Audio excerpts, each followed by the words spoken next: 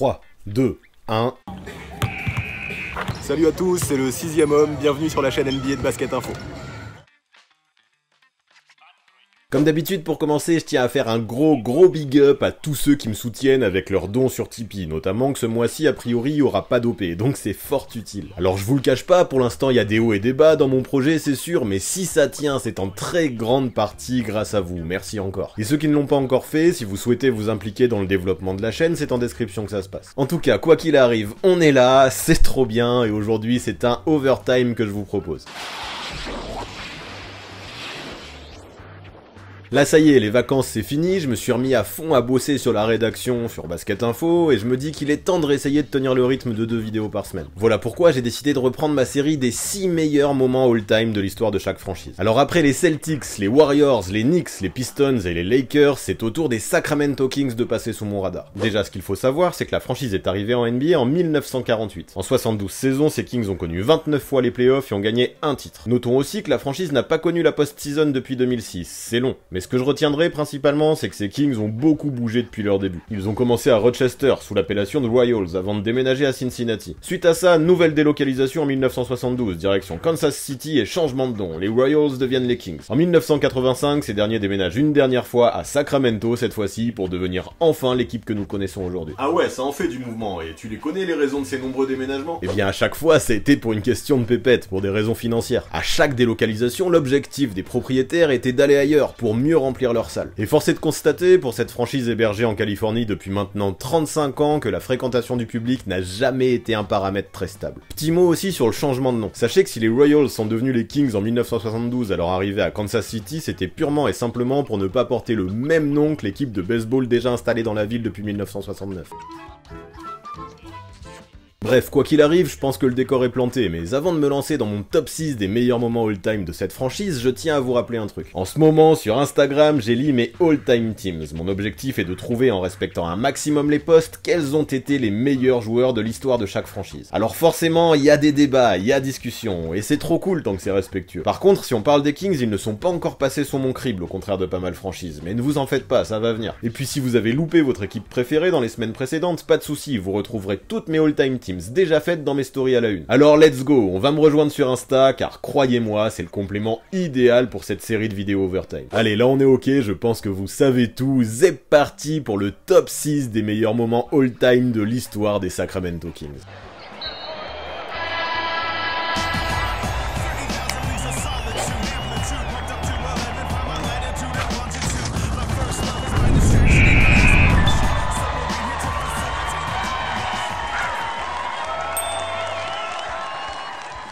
En numéro 6, je vais vous parler de Jason Williams. Oula, t'as laissé parler le cœur un peu là, non? Ouais, j'avoue, je kiffe tellement ce mec, ce n'est pas un hasard si j'ai affiché son maillot derrière. Mais franchement, il y a quand même plus que ça, plus que le coup de cœur. Drafté avec le choix numéro 7 par Sacramento en 1998, celui qui était surnommé White Chocolate a clairement aidé à remettre sous la lumière une franchise qui tombait dans l'oubli. Faut dire que sur les 12 dernières années, les Kings n'avaient atteint qu'une seule fois les playoffs. Williams, lui, en 3 ans aux Kings, a disputé la post-season chaque année, atteignant même le 2e tour en 2001. Déjà, tout ça, c'est vraiment bien pour une franchise comme les Kings d'un point de vue collectif. Mais d'un point de vue individuel, il y a des trucs aussi. En 1999, le jeune meneur de jeu termine 2e au vote de rookie de l'année derrière Vince Carter. Pas mal, non? Alors par contre, malgré tout ça, ne me faites pas dire ce que je n'ai pas dit, hein. Difficile d'avancer que tous ces résultats collectifs ne sont dus qu'à Jay Will, qui non seulement perdait beaucoup de ballons, mais jouait aussi avec une efficacité et une adresse très critiquables. Par contre, cet artiste a réussi à rendre les Kings hype fashion.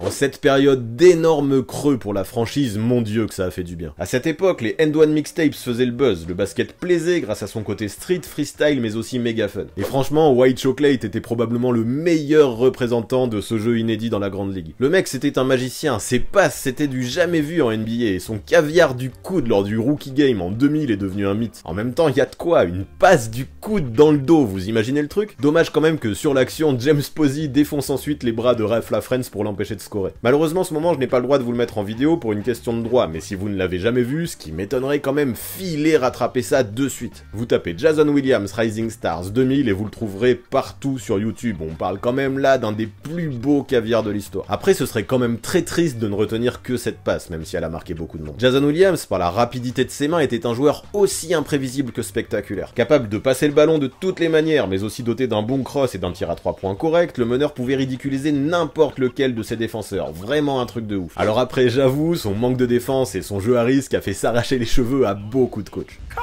Et puis bien sûr, faut être honnête, jouer de la sorte n'est peut-être pas le meilleur moyen de remporter des matchs non plus. L'arrivée de Mike Bibby à Sacramento pour le remplacer en 2001 l'a d'ailleurs carrément confirmé. Mais ce n'est pas ça que je veux retenir, parce que grâce à son showtime et sa dextérité de fou furieux, Jay Will a réussi à remettre ses Kings dans la lumière, et croyez-moi, ce n'était pas chose aisée. Autour de Chris Webber et avec pas mal de joueurs internationaux comme Peja Stojakovic, Vlade Divac ou même Edo Turkoglu, le premier français à avoir évolué en NBA, Tariq Abdul-Wahad, l'équipe avait un côté précurseur. Et Jason Williams était probablement le meilleur représentant possible pour mettre en valeur ce côté New Wave. En place numéro 5, retour en 1995. Comme je viens de l'évoquer, les années 90 n'ont pas été synonymes de période faste pour les Kings, loin de là même. Pourtant, un excellent joueur a pu porter leur maillot, Mitch Richmond. L'arrière est finalement le seul à avoir pu donner un peu le sourire aux fans à cette époque et la mission était sacrément compliquée. Ah là c'est sûr, mais tu peux parler de quoi à part les playoffs 96 où ils se sont fait sortir super rapidement par les Sonics? Belle démonstration de tes connaissances, mais est-ce que tu crois franchement qu'une défaite au premier tour peut avoir une place dans le top 6 all-time des meilleurs moments des Kings? Moi non. Par contre, un trophée de MVP du All-Star Game, à mon avis, ça peut valoir son pesant de cacahuètes.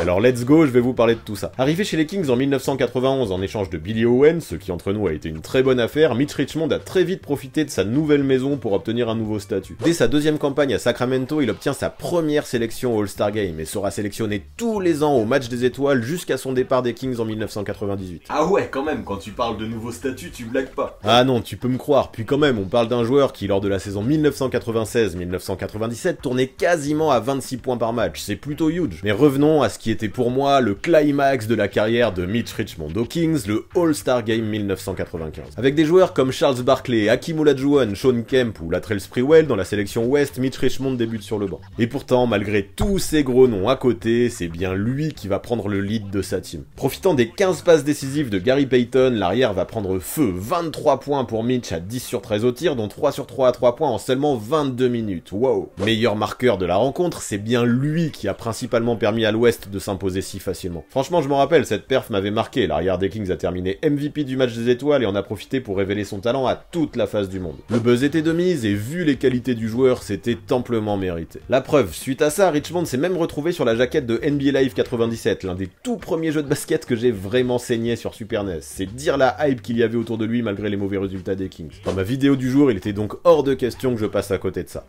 En numéro 4, je veux parler d'une légende trop souvent oubliée, Nate Archibald. Et pour évoquer le joueur, quoi de mieux que de parler de sa saison 1972-1973, saison lors de laquelle le gars a terminé meilleur scoreur mais aussi meilleur passeur de toute la NBA. Ah ouais, quand même, un tel accomplissement, ça a dû être plutôt rare dans l'histoire. Alors ça, parlons-en, je trouve la situation assez marrante. Je lis souvent des choses sur Twitter qui disent que James Harden, Russell Westbrook ou même LeBron James maintenant sont les seuls à avoir cumulé en carrière les trophées de meilleur scoreur et de meilleur passeur de la ligue. Non seulement c'est faux parce que des joueurs comme Oscar Robertson, Will Chamberlain et bien sûr Nate Archibald dont on parle maintenant l'ont déjà fait même si c'était à une autre époque. Mais surtout, celui que l'on surnommait Tiny est le seul, je dis bien le seul, qui a réussi à terminer meilleur scoreur et meilleur passeur de la ligue la même saison. Bon après, j'avoue, je joue sur les mots un petit peu. Lors de la saison 1967-1968, Oscar Robertson a terminé sa campagne en ayant la meilleure moyenne de points, mais aussi la meilleure moyenne de passes de toute la ligue. Sauf qu'à l'époque, les trophées n'étaient pas donnés à ceux qui présentaient les meilleures moyennes, mais à ceux qui présentaient les meilleurs totaux. Et pas de bol, Dave Bing, qui avait joué 14 matchs de plus, dominait assez logiquement dans le secteur des points. C'est donc lui qui a obtenu le trophée à la fin. Alors ne débattons pas, Tiny Archibald est le seul de toute l'histoire qui a officiellement remporté ces deux distinctions la même saison. Et même si on peut quand même mettre Oscar Robertson au même niveau ou avouer que c'est très très costaud.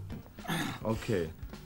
Ultra rapide et impossible à attraper en raison de sa faculté à se faufiler partout, Archibald était un maître dans l'art de la pénétration. Il a vite su capitaliser là-dessus pour pouvoir scorer de façon létale. Du haut de son mètre 85, avec ses 34 points de moyenne lors de la saison 1972-1973, il est parvenu à devenir le seul joueur de cette taille de toute l'histoire à avoir pu scorer autant au cours d'un exercice. Et puis en plus de marquer des points, il a vite compris un truc, le Tiny. Si les pivots venaient en aide pour fermer la raquette, ça laissait libre forcément un de ses coéquipiers. Voici comment le gars a pu attirer les défenses pour ensuite ressortir la balle et tourner à plus de 11 caviars par match lors de cette saison 1972-1973. En gros, le gars était à l'origine de quasiment 60 points par match, que ce soit grâce à son scoring ou ses qualités de passe. C'est un truc de malade. Ajoutez à ça qu'il était un excellent défenseur, et là vous pouvez commencer à imaginer quel type de joueur Nate Archibald était. Notons également que cette saison 1972-1973 correspondait à la première de l'histoire de la franchise à Kansas City. Quand t'as un joueur comme ça dans la team, comment tu veux faire mieux pour attirer du monde dans la salle? Pour tout ça, Tiny Archibald restera forcément dans la légende de cette franchise des Kings, et voici pourquoi il obtient une très belle place dans ma vidéo du jour. Dommage au final qu'à l'instar d'un Mitch Richmond, il n'ait connu qu'une seule fois les playoffs en 6 ans passés sous le maillot de l'équipe. Sans ça, Tiny aurait probablement pu viser le podium.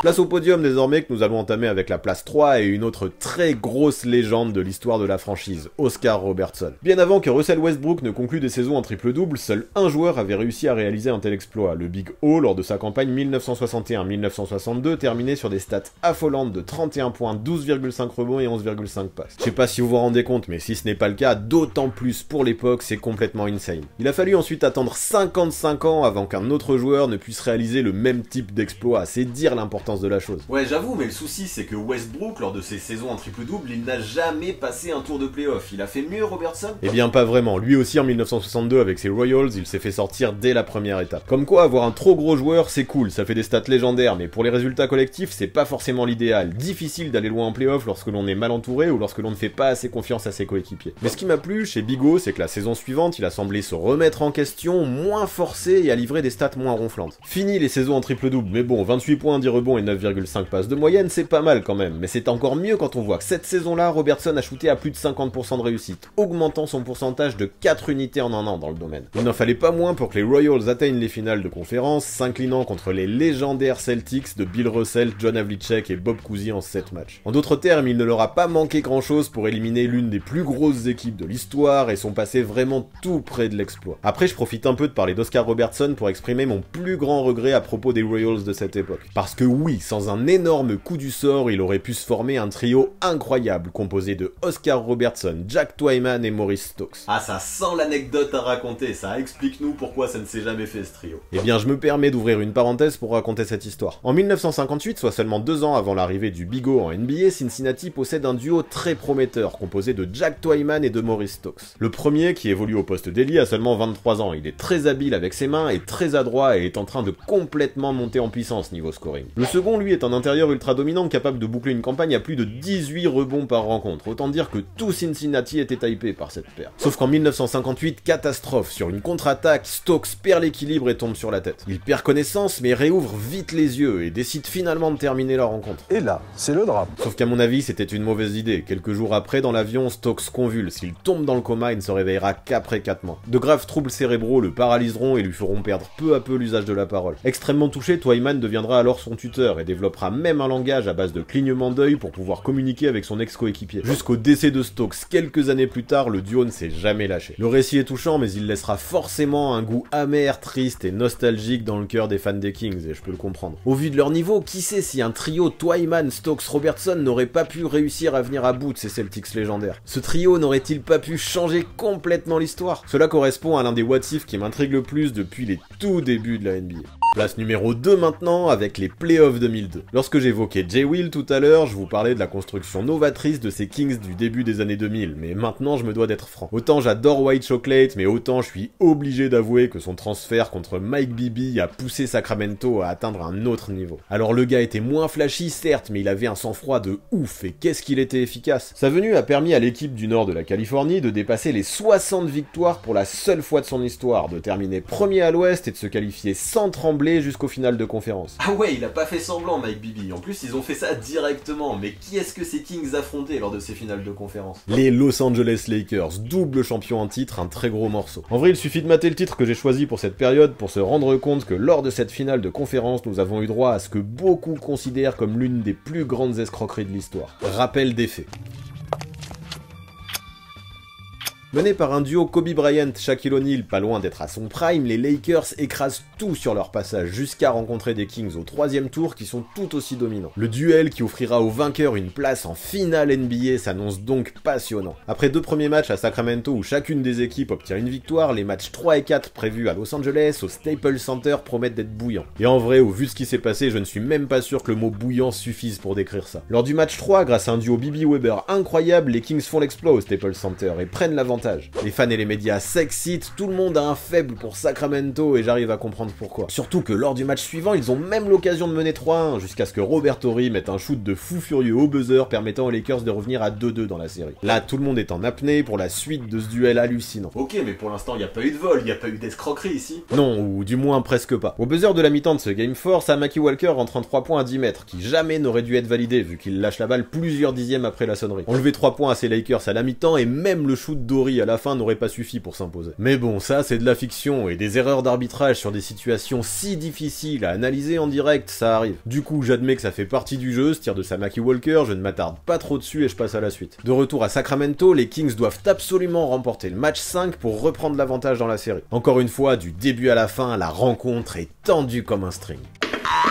Les deux défenses se rendent coup pour coup, chaque panier est un exploit et l'ambiance est irrespirable. Avec des coronesses en béton armé, Mike Bibby, encore lui, met un shoot surimportant à 8 secondes de la fin. Il permet à son équipe de prendre l'avantage et même de s'imposer. Plus qu'une seule marche à franchir avant la finale pour Sacto, mais c'est lors du Game 6 que le scandale arrive. Encore une fois, le match est indécis, le tableau d'affichage affiche 75 partout au début du 4e quart. C'est à ce moment que les arbitres décident de faire parler d'eux. Ils sifflent faute sur faute aux Kings, qui pourtant prenaient le dessus mentalement, et offrent 27 lancers francs dans la période aux Lakers. 27 en une période de 12 minutes, vous imaginez, et en plus de ça, la plupart du temps pour des fautes fantomatiques. Puis de l'autre côté, en plus, c'est tout l'inverse. Big up à Kobe qui démonte avec son coude le pif de Bibi à 12 secondes de la fin avant d'obtenir 2 lancers francs. Franchement, il y a de quoi rager. Si vous voulez, en comparaison, dans toute la rencontre, Chris Webber et ses potes ne sont allés que 25 fois sur la ligne de réparation. Et oui, moins que les Lakers dans un seul et même carton. Ce match, il a été offert sur un plateau aux Lakers par les arbitres. Et pourtant, malgré tous ces aléas, Sacramento ne perdra dans ce match 6 que de 4 petits points. Ok, mais du coup, ils ont eu un match 7 quand même, non? Oui, bien sûr, et il s'est même joué en prolongation. Mais le cœur n'y était plus, les Kings s'inclinèrent et laissèrent leurs voisins californiens s'envoler vers la finale. Par contre, la grande question, elle est là, y a-t-il eu vol délibéré ou pas? Certaines théories du complot affirment que David Stern aurait donné des consignes aux arbitres, apeurés par le fait qu'une finale opposant Sacramento à New Jersey ne se ferait pas vendeuse. Là-dessus, y a pas de preuves, mais why not? Ça peut se tenir surtout à une époque où la NBA galérait un peu en termes d'audimat. De l'autre côté, Ted Bernhardt, l'un des 3 arbitres de ce match, a évidemment tout nié en bloc, avouant quand même des années plus tard que sa performance lors de ce Game 6 avait été l'une de ses pires en carrière. Tu m'étonnes, mais après, est-ce que ça veut dire forcément qu'il était corrompu? Non. Si des joueurs peuvent faire des contre-performances, des arbitres aussi. Ce qui est sûr néanmoins, c'est que dans ce match 6, et même dans cette série, les erreurs d'arbitrage auront été nombreuses, et disons les choses comme elles ont favorisé les Lakers. C'est triste parce que quand on regarde la suite et quand on voit que les Nets se sont fait sweeper en finale, on se dit que les Kings avaient une vraie carte à jouer cette année-là pour le titre. Pour moi, ça aurait été mérité, mais le destin ou les arbitres en ont voulu autrement. NBA fucked us, comme aiment le dire les fans de Sacramento.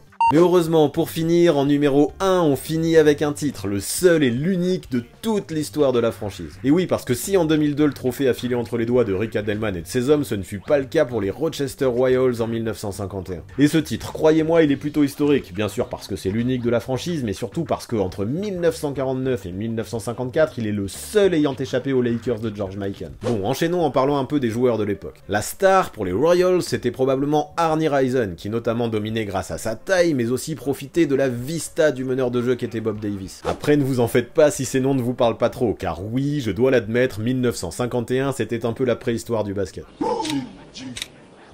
Mais ça n'a pas moins de valeur pour autant, ce n'est pas parce que ce titre a bientôt 70 ans qu'il ne mérite pas d'être mis en avant, surtout au vu du déroulement de la finale. En face des Kings, les Knicks qui eux aussi arrivaient pour la première fois à ce stade de la compétition. Sauf que très vite, les choses ne se passent pas comme prévu pour les New-Yorkais. Dans une salle de Rochester surchauffée qui accueillait bien plus de monde que la capacité de 4000 places initialement prévue, les Knicks ne font pas le poids et échouent à 2 reprises avant de perdre également le match 3 chez eux au Madison Square Garden. Boum, 3-0 pour les Royals, sauf que ces derniers se sont peut-être vus trop beaux trop vite. Me dis pas qu'ils ont perdu les 3 matchs suivants. Et si, pour la première fois de l'histoire, une équipe menée 3-0 revenait à 3-3, et pour la première fois de l'histoire, une finale NBA allait se jouer en 7 matchs. Heureusement, grâce encore une fois à un duo Bob Davis-Arnie Rison phénoménal, les Royals purent finalement s'imposer sur un score de 79-75, passant très près de la correctionnelle. La salle a explosé, les fans ont exulté, et Rochester remportait le premier titre de l'histoire de la franchise. 69 ans après, il n'y en a toujours pas eu de deuxième. Si le trophée de MVP des finales avait existé à l'époque, il aurait probablement été décerné à Arnie Rison, qui sur ses 7 matchs a compilé de très jolies stats avec 22 points et 14 rebonds. Dommage finalement que pour les Royals, les résultats n'aient pas suivi les années d'après, forçant le propriétaire à démanteler l'effectif puis à déménager la franchise. Mais soyons honnêtes aussi, Rochester, ville de 300 000 habitants à l'époque, était probablement un marché bien trop petit pour héberger une équipe NBA sur la durée. Mais peu importe au final, ce titre remporté en 1951 restera légendaire à la fois dans la ville de Rochester, mais aussi dans toute l'histoire des Sacramento Kings.